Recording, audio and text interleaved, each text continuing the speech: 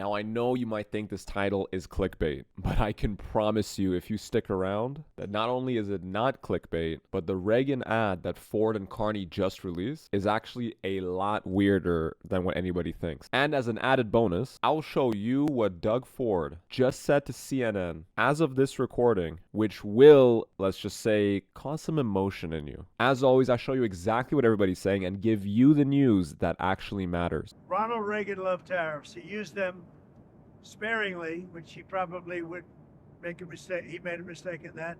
And again, I was the biggest fan of Ronald Reagan, but on finance, on trade, it wasn't his strong suit. But he liked tariffs, and they totally changed that to say that he didn't, because they're catering to the Supreme Court, because Canada's been ripping us off for a long time. Now, you've all seen the ad at this point, and you likely know the entire fallout from this whole thing. If you didn't know, or if you kind of know, but want a better picture as to exactly what happened as a result of this insane move, let's take a look at what else Trump said in this interview. And let me just tell you, they shouldn't have done it. They've apologized, and they said, we're going to take the ad down. Well, they didn't, but they did it very late. They let it play for another 2 nights. And now they took that ad down. So I don't know when it's going to kick in, but we'll see. But I don't really want to discuss it. Let's go. Can I just add, Mr. President, I just add, this is an ad, that was an ad run by a provincial government in Canada. Why are you mad at the federal government? Because whether it's provincial or Canada itself, they all knew exactly what the ad was. The Prime Minister knew, everybody knew. The Prime Minister knew what the ad was before it went on. Do you see him in APEC? Do you want to meet with him? I don't want to meet with them. No, I'm not going to be meeting with them for a while. No. I'm very happy with the deal we have right now with Canada. We're going to let it ride. So that's it. The deal is dead in the water. An ad that took $75 million was spent to try to convince the Supreme Court, who is currently deliberating on Trump's tariffs, to remove the tariffs and sway the Supreme Court decision in favor of Canada. But instead, that $75 million of your tax dollars was essentially used to cancel all trade negotiations between Canada and America. With capital flight at all-time highs, Canada, and honestly you and I, cannot afford an end to these trade negotiations. While the political establishment of Ontario and the federal government are all gambling with our futures, we are on the ground and we are paying the price. But let's get back to the story, because this is where it gets a lot weirder. Originally, all the messaging was that Ford released this video and was directly trying to intervene with Supreme Court decision making. Even Mark Carney actually hinted this when this video first dropped and the controversy began to arise. But then Ford actually came out and said this. Let's take a look. Talk to the Prime Minister about this and what's. I mean, he was pretty measured in Malaysia today. Sure. About you and about this situation. But how are relations with the Prime Minister? Are things strained now because of what's happened? Not at all. He saw the ad before I put it out. So did his chief of staff. They both saw it, and we moved forward on it. But again, we achieved our goal. As we say, mission accomplished. It was done. They're talking about it in the U.S., and they weren't talking about it before I put the ad on. So I'm glad that Ronald Reagan was a free trade. And when asked who all knew about this ad being released, Premier Ford actually mentioned this. Let's take a look. My champion, Wab Canoe. He's 100% behind it. Another champion, Premier Eby as well. So these are the premiers, total different political stripes than I am, but we're all sticking together. And I went right across the country and spoke to every single premier. Danielle Smith doesn't like the ads, though. Well, sure enough. Yeah, well, of course, Danielle Smith doesn't like the ads because she's not getting her auto annihilated, her manufacturing, her steel, her life science sector. She has a commodity called oil that the Americans need and want. So she's going to be fine. Ontario won't be fine if we sign a lousy deal. I'd rather have no deal than a terrible deal that will cost jobs here in Ontario. He showed this ad to every single premier in the country, including the Prime Minister, and they all agreed to it, except for Danielle Smith, who rightly understood that during delicate trade negotiations, it is risky for no reason to do something like this. Just think about it. If you have a much bigger, wealthier, and much more aggressive enemy, not that I'm saying America is an enemy, but in these trade negotiations, it's basically them or us, you have to use a strategic and targeted approach instead of just standing and banging. Now, that Reagan ad has a lot more to its story, because what you actually saw is the exact exact same ad that the Chinese embassy released earlier this year, where they released it to do the exact same thing to try to affect Supreme Court deliberation. Don't believe me? Let's take a look at the side by side. Someone says, let's impose tariffs on foreign imports. It looks like they're doing the patriotic thing by protecting American products and jobs. And sometimes for a short while it works, but only for a short time. The triggering of fierce trade wars.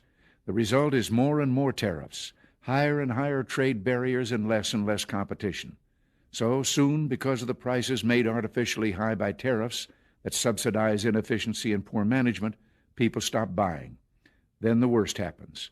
Markets shrink and collapse, businesses and industries shut down, and millions of people lose their jobs. Now, this is way too close to home for it just to be a coincidence. Not that I'm insinuating anything here, kind of, but I felt that this was a very interesting thing that I wanted to bring to your attention. And who quote tweeted this ad? Well, none other than confidant, ally, and close friend of Prime Minister Carney, Ian Bremmer, who said China hoping to avoid a trade war, invoking Reagan. This was back in April 7th, 2025. Ian Bremmer is actually the head of the Eurasia Group that is focused on geopolitical risks, as well as helping to, not us, but helping political leaders and political establishment elites to understand what is happening. This is essentially a think tank which offers advice directly to Mark Carney and is basically baked into the elite establishment that we are living under. Now let's go back to the ad. Why would they do something like this, especially right now during the height of the trade negotiations? Because they know that releasing an ad like this, Trump will cancel all talks from something as small and petty as this, as he has threatened to do so in the past anyways. Well, one theory is that because there might be a looming election coming this fall, which I don't think there will be, because I do think the NDP will abstain from their votes, but it's still a theory worth mentioning. Because there might be a election coming in the fall, or I guess the powers that be might be looking to stir some national pride or Trump derangement syndrome, so that if an election were to actually take place, they could try their shot at a majority, and they being the Liberal government. Now, with the breaking news, as I mentioned in the beginning of this video, Doug Ford had not realized how much of a problem that he started, because Ford was completely caught off guard with how angry people got about him releasing this news and about the trade negotiations being fully canceled. He kept using this phrase of mission accomplished or something like that because this ad reached 11 billion views. Congratulations for the social media engagement. But I'll let you decide. Let's take a look at what Ford said during the CNN interview. Doug Ford, thank you so much for joining us, sir. So you said this morning that this was, quote, the most successful ad in the history of North America. Is the additional 10% tariff on Canadians also part of that success? Well, first of all, Jake, thanks for having me on. I start off every interviewing saying that Canadians love Americans. I love America. I love Americans. I lived there for 20 years. And that my intention was to bring this to the American people and tell them that tariffs, protectionism does not work. Ronald Reagan was a free trader, the greatest president, in my opinion, ever. And we wanted to get the message out. And did the message get out? 100%. It had 11.4 billion with a B impressions. We talk in the media, but views around the world.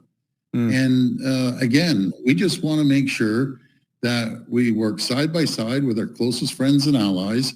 A tariff on Canada is a tax on Americans. President Trump ran on creating more jobs. We've seen 5 consecutive months, manufacturing jobs are down. We've seen inflation go up. That's not what President Trump ran on. And we want to be the solution.